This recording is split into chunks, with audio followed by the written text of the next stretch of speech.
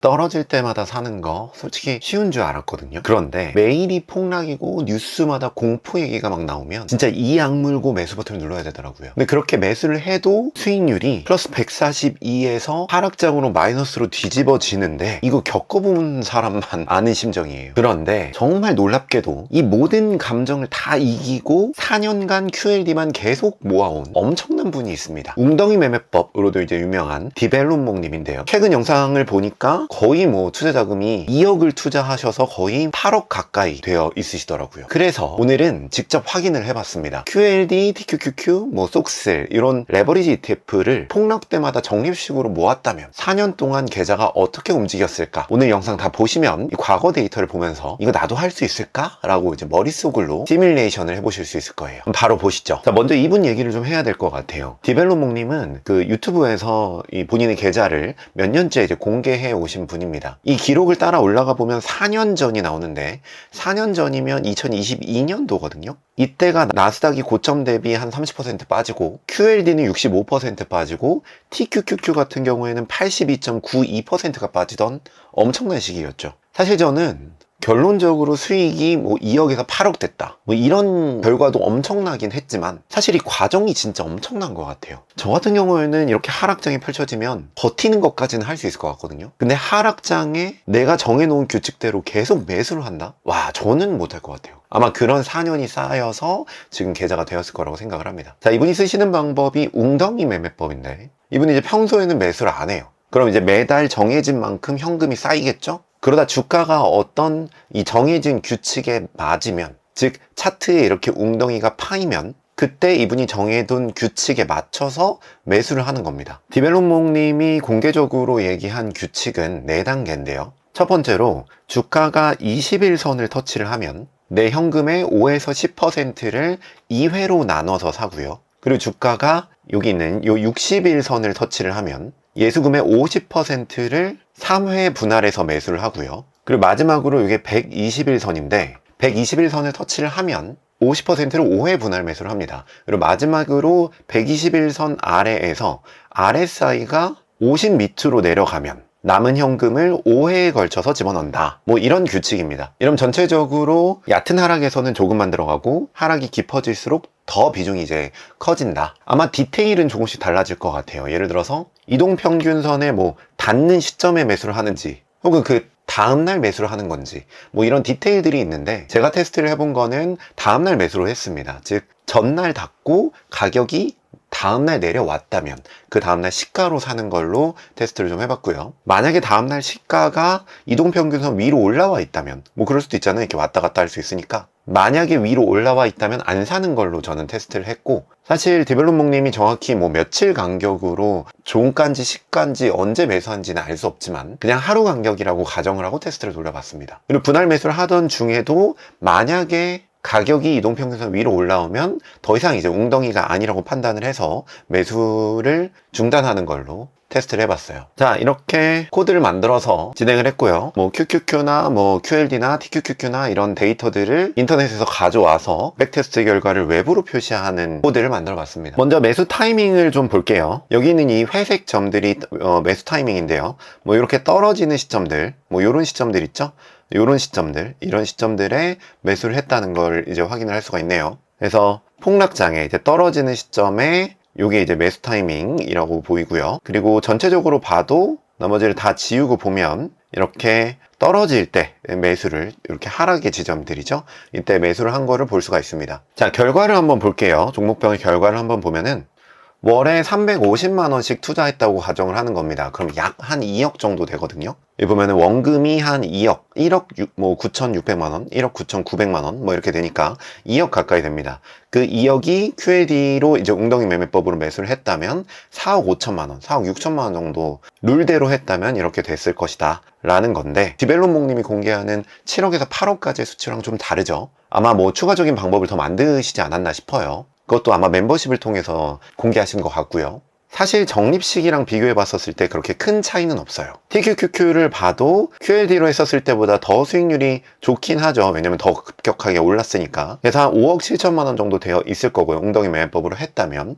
그리고 적립식으로 했어도 6억 정도 되어 있을 겁니다. 속스를 보면은 사실은 엄청난 성과가 나오는데 웅덩이 매매법을 했었을 때 약 13억 정도 되어 있을 거고 적립식으로 했어도 13억 4천만 원 정도가 이제 되어 있을 겁니다. 사실 이런 수익만 봐서는 안 되죠. 얼마나 이제 MDD 떨어지는 폭이 얼마나 되는가를 보면 MDD가 거의 뭐 마이너스 84%까지 떨어지는 순간들을 볼 수가 있고요. TQQQ로 했었을 때는 이제 마이너스 53%까지 MDD가 떨어지는 걸 볼 수가 있죠. 사실 이 MDD, 속슬의 MDD 마이너스 84%가 굉장히 충격적인데요. 그러니까 10억을 내가 벌었어도 그 10억이 1억 6천만 원이 되는 순간이 있다는 겁니다. 자, 여기 옆에 보이는 이 공격형 매수라는 부분 있죠? 이건 제가 진짜 웅덩이에서만, 진짜 빠질 때만 매수를 하도록 수정해 본 전략이거든요. 이것도 뒤에 가서 더 말씀드려 보도록 하겠습니다. 무튼 기본적으로 알려진 웅덩이 매매는 적립식 매수랑 거의 비슷합니다.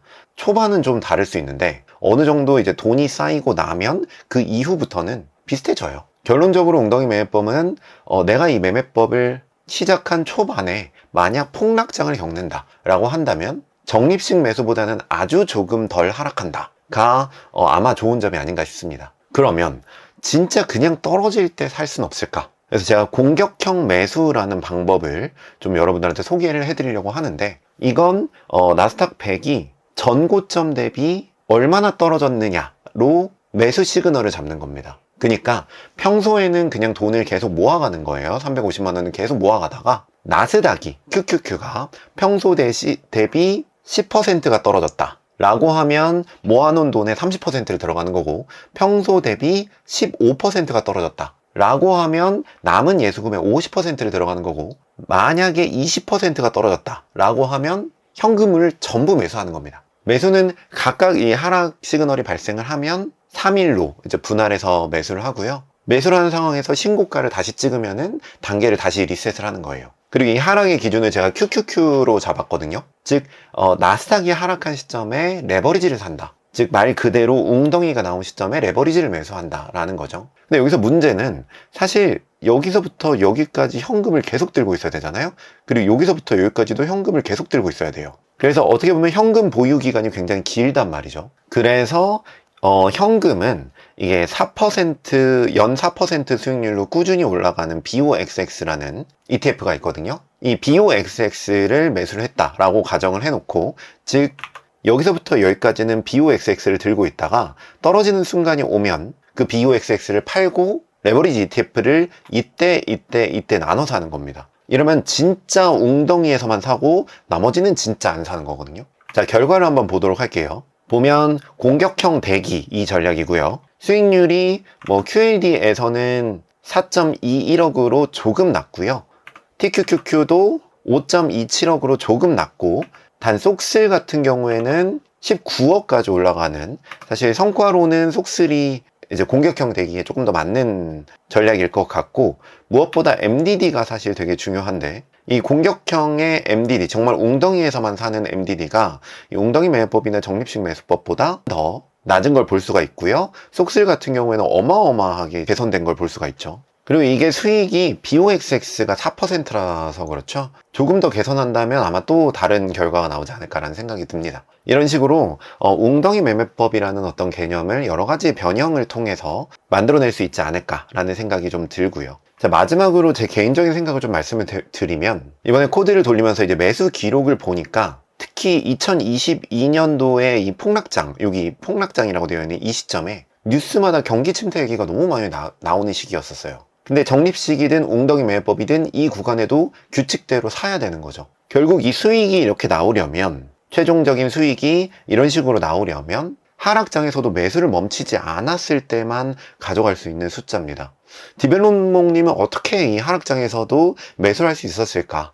저는 진짜 대단하다고 생각을 해요. 근데 아마 그거는 자기가 가지고 있는 믿음과, 그리고 그 믿음에 따른 규칙을 정해놓고 기계처럼 매수를 한 결과라고 봐요. 그러니까 하락장에 뭘 해야 되는지 본인이 다 정해 놓으신 거죠. 그리고 저는 제가 이 말씀드렸던 이 공격형 매수 방법도 꽤 괜찮은 방법이라고 생각을 합니다. 평소에는 뭐 BOXX가 아니라 내가 뭐 나름 어떤 현금을 가지고 투자를 하다가 하락의 시기가 오면 그때마다 크게 매수를 하는 방법. 하지만 어떤 방법이든 이제 좋다라는 말만 듣고 시작을 하기 전에 저는 여러분들이 직접 과거 데이터로 직접 돌려보시는 걸 추천을 드려요. 사실은 내가 직접 확인을 해서 눈으로 직접 봐야 하락장에서 매수할 수 있는 근거를 스스로 만들 수가 있잖아요. 내가 직접 확인하지 않으면 떨어질 때 의심부터 생깁니다. 무조건 의심하게 되어 있어요. 그래서 만약 여러분들이 코딩이나 AI로 투자 방법을 직접 검증해 보고 싶다, 혹은 나는 나만의 매매법을 또 이렇게 한번 연구를 해보고 싶다, 뭐 이런 분들이 계시다면 고정 댓글 확인해 주시면 좋을 것 같습니다.